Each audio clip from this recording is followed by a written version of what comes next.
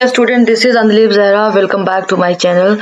आज की क्लास में हम डिस्कस करेंगे डिटर्मिनेंट्स ऑफ डिमांड और फैक्टर्स अफेक्टिंग डिमांड।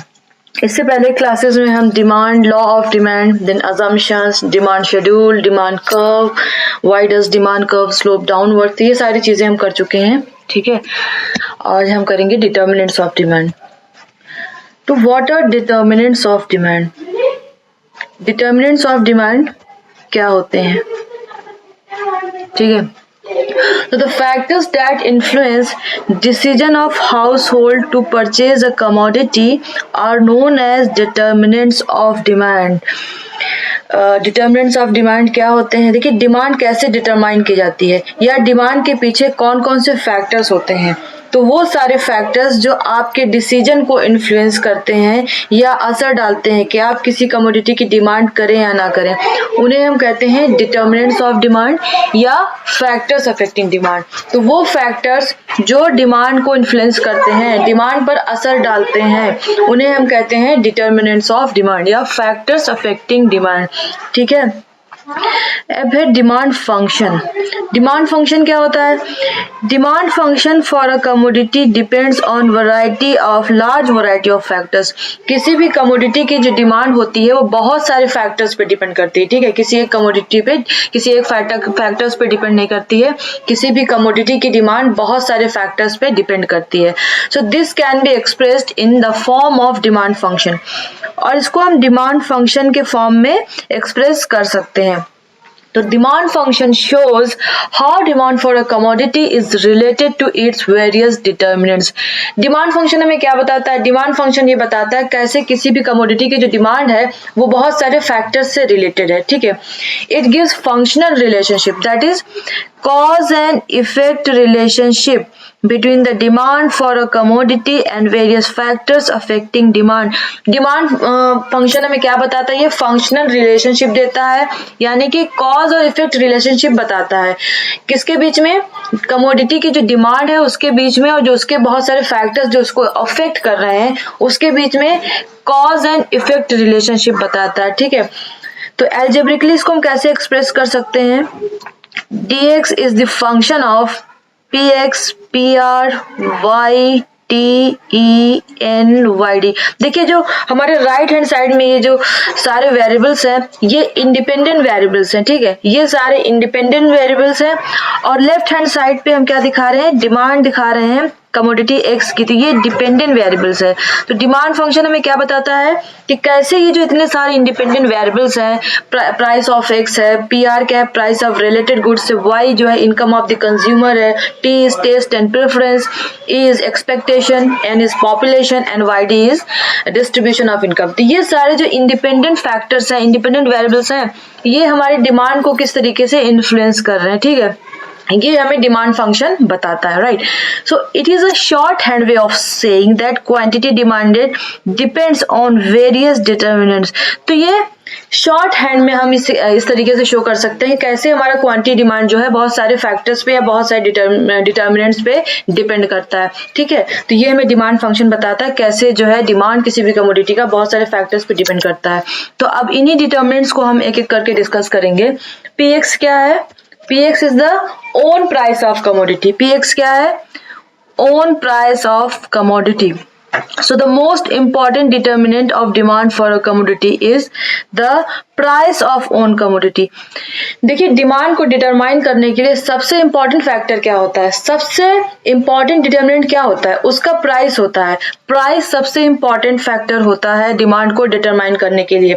भाई, हम प्राइस को देख के तो डिसाइड करते हैं ना कि किसी भी कमोडिटी की कितनी प्राइस है, उसके बाद ही हम डिसाइड करेंगे कि हमें उसे परचेज करना है, या करना है तो कितने अमाउंट में परचेज करना है ना। तो there exist an inverse relationship between price and quantity demanded. ये हम कितनी बार पढ़ चुके हैं कि प्राइस और क्वांटिटी डिमांड में इनवर्स रिलेशनशिप होता है। प्राइस के बढ़ जाने पर डिमांड कम हो जाती है और प्राइस के गिरने पर डिमांड हमारी बढ़ जाती है। ठीक है, ये हम पहले भी पढ़ चुके हैं। देखिए, अब सपोज एक कमोडिटी है, मान लीजिए आप बनाना परचेज कर रहे हैं। ठीक है, बनाना आप परचेज करते हैं, D D is the demand curve, right, and this is X axis, this is Y axis. Y axis पे हम प्राइस को लेंगे और एक्स एक्सिस पे क्वांटिटी डिमांडेड।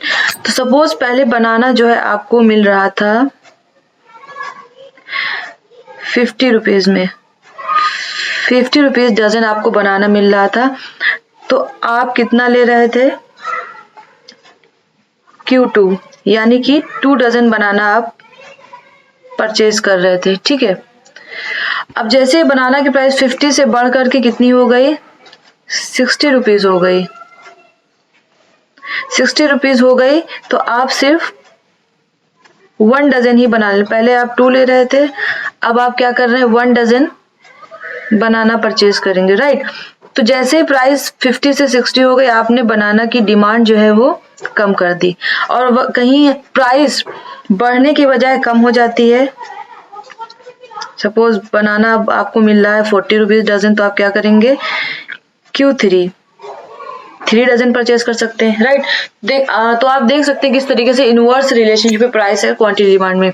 प्राइस इंक्रीज होने पे आपने क्वांटिटी डिमांड कम कर दी, प्राइस के डिक्रीज होने पे आपने क्वांटिटी डिमांड बढ़ा दी।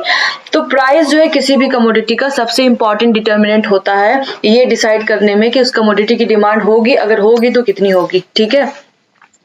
नेक्स्ट हमारा डिटरमिनेंट जो आता है, प्राइस ऑफ रिलेटेड गुड्स।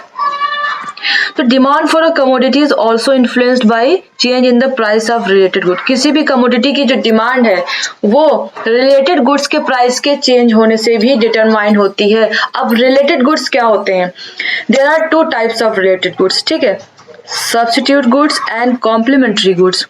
2 तरह के रिलेटेड गुड्स होते हैं, पहला होता है सब्स्टिट्यूट गुड और दूसरा होता है कॉम्प्लीमेंटरी। तो सब्स्टिट्यूट गुड्स क्या होते हैं, सब्स्टिट्यूट गुड्स वो गुड्स होते हैं जिनको हम बड़े आसानी से एक के बदले में सब्स्टिट्यूट कर सकते हैं, एक के बदले में यूज कर सकते हैं, जैसे टी या कॉफी, पेप्सी या कोक। इस केस में क्या होता है, अगर पेप्सी की प्राइस बढ़ जाती है तो आप कोक का सब्स्टिट्यूशन स्टार्ट कर देंगे पेप्सी के बदले में, या अगर आप टी और कॉफी आप कंज्यूम कर रहे हैं, टी की प्राइस इंक्रीज होने पर आप कॉफी का कंजम्पशन बढ़ा सकते हैं, राइट। तो वो गुड्स जो आप इजिली सब्स्टिट्यूट कर सकते हैं एक दूसरे के बदले में, वो होते हैं सब्स्टिट्यूट गुड्स, ठीक है। कॉम्प्लीमेंटरी गुड्स क्या होते हैं, complementary goods are used together, they are used jointly to satisfy a particular want. Complementary goods साथ में कंज्यूम किए जाने वाले गुड्स होते हैं, अलग अलग इनका कोई भी इम्पोर्टेंस नहीं है, आप इनको एक साथ ही कंज्यूम कर सकते हैं, जैसे कि car and petrol, T sugar, या टी और मिल्क, या बटर ब्रेड, ये सारी चीजें साथ में कंज्यूम की जाती है। तो वो गुड्स जो साथ में कंज्यूम किए जाते हैं, कॉम्बिनेशन में कंज्यूम किए जाते हैं, उन्हें हम कहते हैं कॉम्प्लीमेंट्री गुड्स। तो लेट्स डिस्कस सब्स्टिट्यूट गुड्स, कि सब्स्टिट्यूट गुड्स कैसे डिमांड को डिटरमाइन करते हैं। देखिए, these are goods which can be substituted for each other for the satisfaction of particular want, such as tea and coffee। ये ऐसे goods हैं जो इजिली सब्स्टिट्यूट किए जा सकते हैं एक दूसरे के बदले में किसी भी वांट को सेटिस्फाई करने के लिए, ठीक है। तो सब्स्टिट्यूट गुड के केस में क्या होता है, in case of such goods, increase in price of one causes increase in demand for other, and decrease in price of one causes decrease in demand for other। देखिए, substitute good के case में क्या होता है, इस तरफ हम Pepsi major कर रहे हैं, एक्स एक्सिस पे हम कोक सपोज मेजर कर रहे हैं। तो पेप्सी के प्राइस इंक्रीज होने पर आप क्या करेंगे, this is here we are measuring price of Pepsi, here quantity demanded of Coke, ठीक है। सपोज पेप्सी की प्राइस 50 से हो जाती है 60 और कोक की प्राइस एज इट इज है, तो आप कोक की डिमांड आप बढ़ा देंगे, ठीक है। पेप्सी की प्राइस इंक्रीज होने पर आप कोक की डिमांड बढ़ा देंगे। वहीं अगर कहीं पेप्सी की प्राइस कम हो जाती है, आप क्या करेंगे, कोक की डिमांड कम कर देंगे, ठीक है। तो पॉजिटिव रिलेशनशिप है यहाँ पर, ठीक है। सब्स्टिट्यूट गुड के केस में क्या हो रहा है, एक कमोडिटी के प्राइस और दूसरे कमोडिटी के क्वांटिटी डिमांड में क्या दिख रहा है आपको, पॉजिटिव डायरेक्ट रिलेशनशिप दिख रहा है ना। एक कमोडिटी के प्राइस के चेंज होने में इफेक्ट किस पर दिख रहा है, दूसरी कमोडिटी की क्वांटिटी डिमांड पे इफेक्ट दिख रहा है, ठीक है। तो ये हो गया सब्स्टिट्यूट गुड्स, कि जैसे ही पेप्सी की प्राइस आपकी इंक्रीज हो रही है, आप कोक की डिमांड बढ़ा दे रहे हैं, जैसे ही पेप्सी की प्राइस डिक्रीज हो रही है, कोक की डिमांड कम कर दे रहे हैं, क्योंकि पेप्सी की प्राइस डिक्रीज हो गई तो आप जो है पेप्सी ही कंज्यूम करेंगे, ठीक है। तो ये होता है सब्स्टिट्यूट गुड्स, राइट। नेक्स्ट हम करेंगे कॉम्प्लीमेंट्री गुड्स। कॉम्प्लीमेंट्री गुड्स क्या होते हैं, हम पढ़ चुके हैं अभी कि complementary goods are goods those goods which are consumed together to satisfy a given want, that is car and petrol, bread and butter. Complementary goods वो होते हैं जिनको हम एक साथ कंज्यूम करते हैं अपनी किसी वांट को सेटिस्फाई करने के लिए, जैसे car and petrol, then bread and butter, ठीक है। तो in case of complementary goods, a fall in price of one causes increase in the demand for other, and rise in price of one causes fall in the demand for other. देखिए क्या होता है complementary case के good में, अगर एक commodity की price complementary goods fall in the price of one causes increase in the demand for other, अगर एक कमोडिटी की प्राइस कम हो जाती है दूसरे कमोडिटी की डिमांड क्या होती है, बढ़ जाती है, ठीक है। फॉर एग्जाम्पल इधर हम वाई एक्सिस पे ब्रेड मेजर कर रहे हैं और इधर बटर, दोनों कॉम्प्लीमेंट्री गुड्स हैं। तो सपोज ब्रेड के प्राइस कम हो जाते हैं, ब्रेड सपोज पहले आपको मिल रही थी 15 की मिल रही थी, अब आपको ब्रेड मिल रही है 20 रुपीज़ की, सॉरी पहले 20 की मिल रही थी, अब आपको 15 की मिल रही है। तो आप क्या करेंगे, बटर की डिमांड बढ़ा देंगे। अर्लियर आप इसका Q1 क्वांटिटी कंज्यूम कर रहे थे, अब आप Q2 क्वांटिटी कंज्यूम करने स्टार्ट कर देंगे, राइट। क्योंकि ब्रेड की प्राइस डिक्रीज होने पे जब आप ब्रेड की डिमांड बढ़ाएंगे तो आप बटर की भी डिमांड तो बढ़ाएंगे, क्योंकि दोनों ही कमोडिटी साथ में हम कंज्यूम कर रहे हैं, ठीक है। वहीं भी अगर कहीं ब्रेड के प्राइसेस इंक्रीज कर जाते हैं, ब्रेड के प्राइस इंक्रीज करके सपोज 25 हो जाता है, ठीक है, पीस 25, तो आप बटर की डिमांड भी कम कर देंगे। क्यों? क्योंकि जब ब्रेड के प्राइस इंक्रीज होंगे तो ब्रेड की डिमांड तो आप कम कर ही रहे हैं, तो जब ब्रेड की डिमांड कम कर रहे हैं तो आप क्या करेंगे, बटर की भी डिमांड कम कर देंगे। तो ये होता है कॉम्प्लीमेंट्री गुड्स, ठीक है। एक के प्राइस बढ़ने पर दूसरे की क्वांटिटी डिमांड कम हो रही है, और एक के प्राइस कम होने पर दूसरे की क्वांटिटी डिमांड बढ़ जा रही है, क्योंकि दोनों गुड्स को हम ज्वाइंटली कंज्यूम कर रहे हैं, राइट। तो ये होता है कॉम्प्लीमेंट्री गुड्स। यहाँ पे हमारा डिमांड कर्व डाउनवर्ड स्लोपिंग है, और सब्स्टिट्यूट गुड के केस में हमने क्या देखा था, डायरेक्ट रिलेशन था, तो वहां पर अपवर्ड स्लोपिंग डिमांड कर्व था, राइट। नेक्स्ट जो हमारा डिटर्मिनेंट है वो है इनकम ऑफ कंज्यूमर। तो change in income of the consumer also influence his demand for different goods as it determine the purchasing power of the consumer. देखिए income में जो चेंज होता है वो भी कंज्यूमर की डिमांड को इन्फ्लुएंस करता है। क्यों? क्योंकि इससे कंज्यूमर की परचेजिंग पावर चेंज हो जाती है, परचेजिंग पावर बढ़ जाती है। पहले कंज्यूमर की इनकम कम थी, अगर उसकी इनकम ज्यादा हो जाती है तो ज्यादा परचेज कर पाएगा, ज्यादा खरीद पाएगा, तो उसकी परचेजिंग पावर बढ़ रही है ना। वहीं पर कहीं उसकी इनकम कम हो जाती है तो उसकी परचेजिंग पावर कम हो जाएगी, अब वो कम परचेज करेगा, राइट। तो इनकम भी एक डिटर्मिनेंट होता है डिमांड को डिटरमाइन करने के लिए। तो generally there is direct relationship between income of the consumer and his demand for a product. Generally क्या होता है, इनकम में और कंज्यूमर की डिमांड में डायरेक्ट रिलेशनशिप होता है, यानी कि इनकम के इंक्रीज होने पर डिमांड इंक्रीज हो जाती है और इनकम के डिक्रीज होने पर डिमांड कम हो जाती है, डायरेक्ट रिलेशनशिप होता है generally. However, this may not be always the case, but ये हमेशा ऐसा नहीं होता है। तो while discussing the relationship between income of the consumer and demand for a commodity, we may distinguish between two types of goods. तो जब हम इनकम, किसी भी कंज्यूमर की इनकम डिस्कस करेंगे तो हम दो टाइप के गुड्स को डिस्टिंग्विश करेंगे, दो टाइप्स के गुड को हम डिस्कस करेंगे। वो दो टाइप के गुड्स क्या होते हैं, एक होता है हमारा नॉर्मल गुड और दूसरा होता है इंफीरियर गुड। तो पहले हम नॉर्मल गुड डिस्कस करेंगे। तो नॉर्मल गुड क्या होता है, नॉर्मल गुड के केस में क्या होता है, the demand for normal good tend to increase with increase in income and vice versa. Normal good के केस में क्या होता है, जब हमारी इनकम इंक्रीज होती है, इनकम इंक्रीज होती है तो डिमांड भी इंक्रीज हो जाती है, और जब इनकम डिक्रीज होती है, राइट, इनकम डिक्रीज होती है तो डिमांड भी डिक्रीज हो जाती है। तो there is positive relationship between income and quantity demanded। Normal good के केस में क्या होता है, पॉजिटिव रिलेशनशिप होता है इनकम और क्वांटिटी डिमांडेड के केस में। तो ये नॉर्मल गुड्स होते क्या है, नॉर्मल गुड्स किस टाइप के गुड्स होते हैं, as a matter of fact the articles of comfort and luxuries belong to this category of normal goods. देखिए नॉर्मल गुड के केस में एसेंशियल कमोडिटीज भी आ सकती हैं, और जो भी कंफर्ट, आर्टिकल ऑफ कंफर्ट्स हैं और लग्जरियस गुड्स जो हैं दोनों ही आ सकते हैं। फॉर एग्जाम्पल जैसे सपोज आपकी इनकम कम थी, अगर हम एसेंशियल गुड्स की बात करें, नेसेसिटीज की बात करें, तो सपोज आपकी इनकम पहले कम थी तो आप सपोज आप एक नॉर्मल क्वालिटी का राइस आप कंज्यूम कर रहे थे और जैसे ही आपकी इनकम बढ़ जाएगी आप क्या करेंगे, ब्रांडेड राइस कंज्यूम करना शुरू कर देंगे, बासमती राइस कंज्यूम करना शुरू कर देंगे।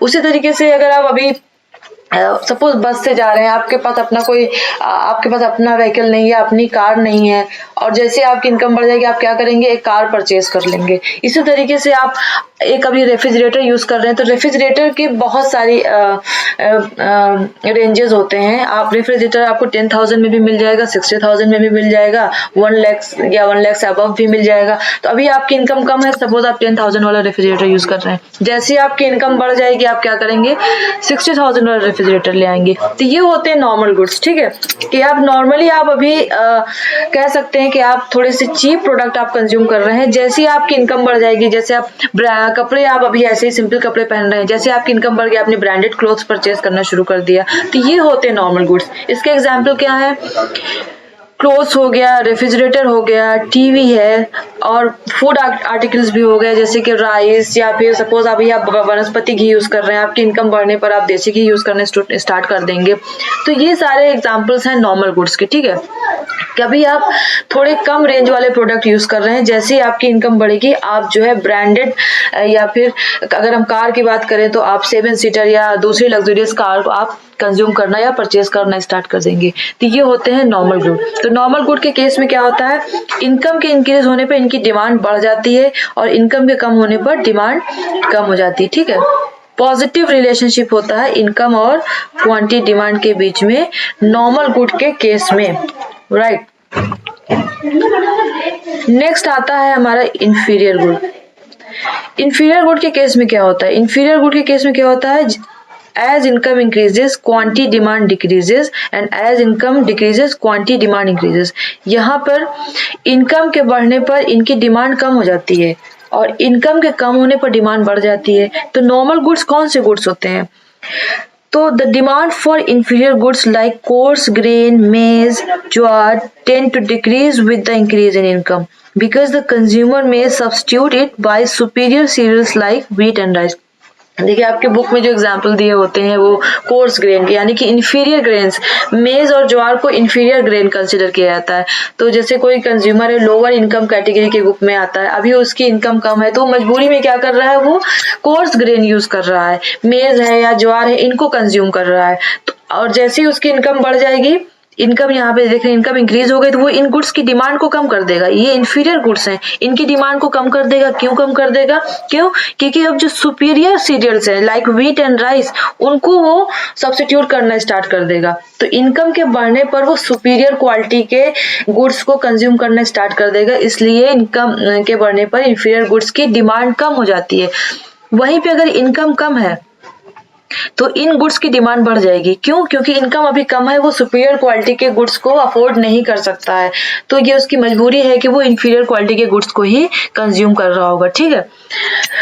आप एक राइस का भी एग्जांपल ले सकते हैं। अभी आपकी इनकम कम है तो एक आप नॉर्मल सा राइस कंज्यूम कर रहे हैं, राइट। जैसे आपकी इनकम बढ़ी आपने क्या किया, आपने बासमती राइस कंज्यूम करना शुरू कर दिया या और भी दूसरे अच्छे ब्रांड के राइस आप कंज्यूम करना स्टार्ट कर देंगे, ठीक है। तो इसलिए इंफीरियर गुड के केस में क्या होता है, इनकम के बढ़ने पर इनकी डिमांड कम हो जाती है क्योंकि आप सुपीरियर क्वालिटी के गुड्स कंज्यूम करना शुरू कर देते हैं, और इनकम के कम होने पर इनकी डिमांड बढ़ती है क्योंकि अभी आप सुपीरियर क्वालिटी के गुड्स या ब्रांडेड चीजें आप अफोर्ड नहीं कर सकते हैं, तो इसलिए आप इनकी डिमांड बढ़ा देते हैं, राइट। तो यहाँ पर क्या होता है, यहाँ पर इनवर्स रिलेशनशिप है इनकम और क्वांटिटी डिमांड के बीच में। इंफीरियर गुड के केस में इनकम और क्वांटिटी डिमांड के बीच में इनवर्स रिलेशनशिप है। वहीं पर हमने नॉर्मल गुड के केस में क्या देखा था, इनकम और क्वांटिटी डिमांड में, नॉर्मल गुड के केस में इनकम और क्वांटिटी डिमांड में हमने क्या देखा था, पॉजिटिव रिलेशन देखा था, ठीक है। इनकम बढ़ी डिमांड बढ़ा, पॉजिटिव रिलेशनशिप हुआ ना। और इंफीरियर गुड के केस में इनकम बढ़ी डिमांड कम हुआ, यानी कि इनवर्स नेगेटिव रिलेशनशिप है, ठीक है। तो ये दो टाइप के रिलेटेड गुड्स होते हैं। नेक्स्ट है हमारा taste and preference. The demand for goods and services also depends on individual's taste and preferences. किसी भी कमोडिटी की डिमांड कंज्यूमर के टेस्ट और प्रेफरेंस पे भी डिपेंड करती है, उससे भी डिटरमाइन होती है कमोडिटी की डिमांड. ठीक है. Taste and preference of the consumer is influenced by advertisement, change in fashion, climate and new invention etcetera.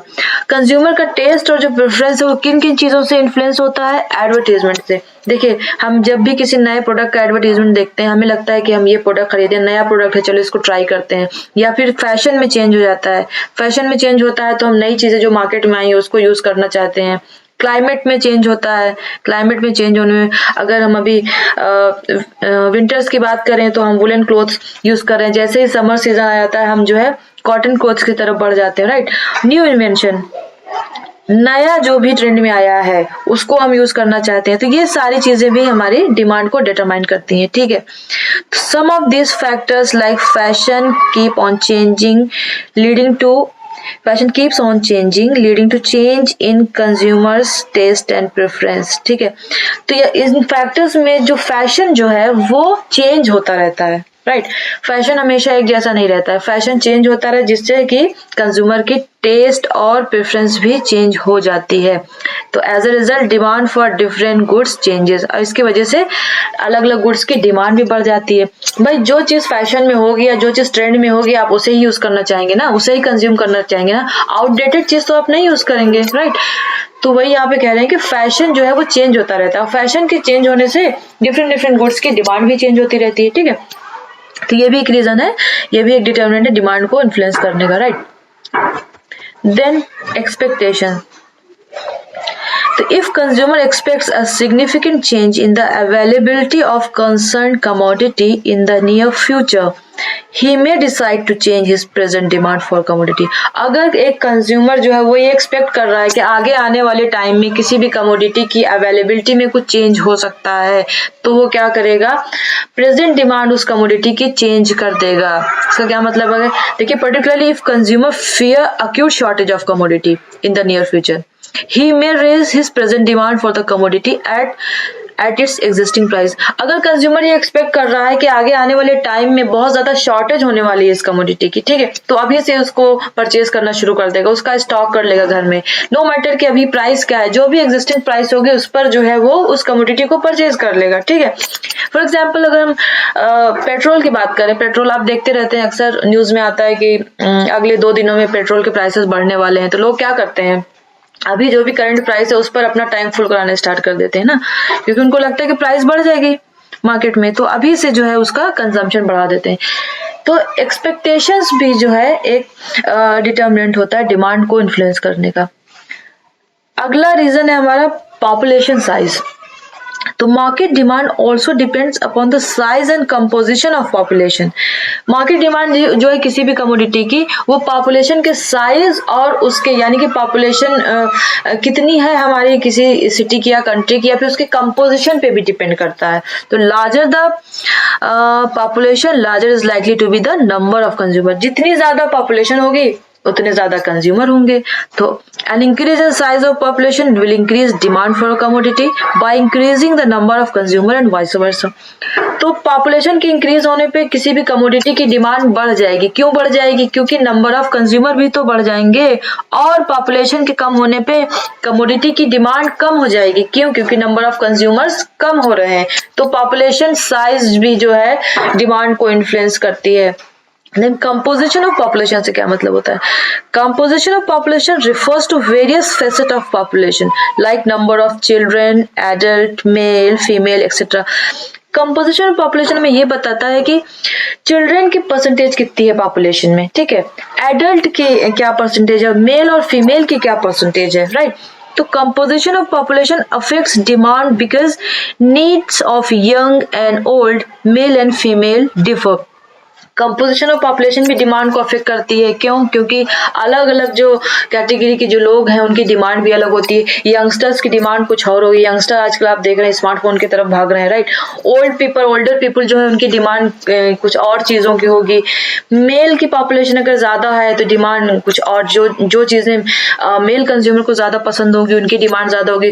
Females अगर हमारी ज़्यादा हैं, उनकी पॉपुलेशन ज़्यादा है, तो वो जिन चीज़ों को प्रेफर करती हैं, सपोज कॉस्मेटिक्स या फिर कपड़ों की डिमांड ज़्यादा होगी, है ना।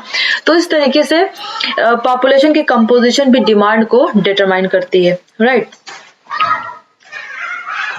Then distribution of income. Distribution of income. तो market demand is also influenced by distribution of income in the society. Market demand क्या है, distribution of income क्या है, उससे भी determine होती है। If the distribution of income in the country is unequal, that is rich becoming richer and poor becoming poorer, then rich people will have larger purchasing power with them, and the demand for luxury goods like big cars is expected to rise. देखिए, अगर हमारी country में income का जो distribution है unequal होगा, यानी कि रिच ज्यादा होंगे और पुअर कम होंगे, तो रिच लोगों की क्या होती है, अमीर लोगों की परचेजिंग पावर ज्यादा होगी। तो अमीर लोग किन किन चीजों की डिमांड कर सकते हैं, वो लग्जूरियस आइटम की डिमांड ज्यादा करेंगे, जैसे कि बिग कार्स, है ना। तो demand for big cars is expected to rise. Big car, बड़ी बड़ी गाड़ियों की या ब्रांडेड जो बड़ी बड़ी ऑडी या BMW टाइप की जो कार्स हैं उनकी डिमांड बढ़ जाएगी, राइट। अगर रिचर पीपल की पॉपुलेशन हमारे कंट्री में, रिचर पीपल ज्यादा होंगे, क्योंकि इनकम डिस्ट्रीब्यूशन ऐसा है कुछ कंट्री का कि रिचर पीपल ज्यादा है और पुअर पीपल कम है, तो इन टाइप के गुड्स की डिमांड बढ़ जाएगी, ठीक है, लग्जरियस आइटम की डिमांड बढ़ जाएगी। On the other hand, if income is evenly distributed, so there will be less demand for luxury goods and more demand for essential goods and necessities। और वहीं पे अगर कहीं इनकम इवनली डिस्ट्रीब्यूट है, मतलब कि जितने पुअर है उतने ही रिच है हमारे इकोनॉमी में, तो एसेंशियल गुड्स की डिमांड ज्यादा हो जाएगी ना। एसेंशियल कमोडिटीज की जो डेली रोजमर्रा की चीजें हैं उनकी डिमांड बढ़ जाएगी, और लग्जरी गुड्स की, लग्जरियस आइटम की डिमांड जो है कम हो जाएगी, राइट। तो डिस्ट्रीब्यूशन ऑफ इनकम भी डिटर्मिनेंट है, डिमांड को इन्फ्लुएंस करता है। Then consumer credit facilities. तो if consumer able to get credit facilities और they are able to borrow from banks, they would be able to purchase certain goods they would not have purchased otherwise। देखिए, अगर consumers को loan easily मिल रहा है bank से, credit facilities available है उसके तक, तो क्या करेगा, चीजों की डिमांड बढ़ा देगा या उन चीजों को परचेज करेगा जिन्हें वो पहले परचेज नहीं कर पा रहा था।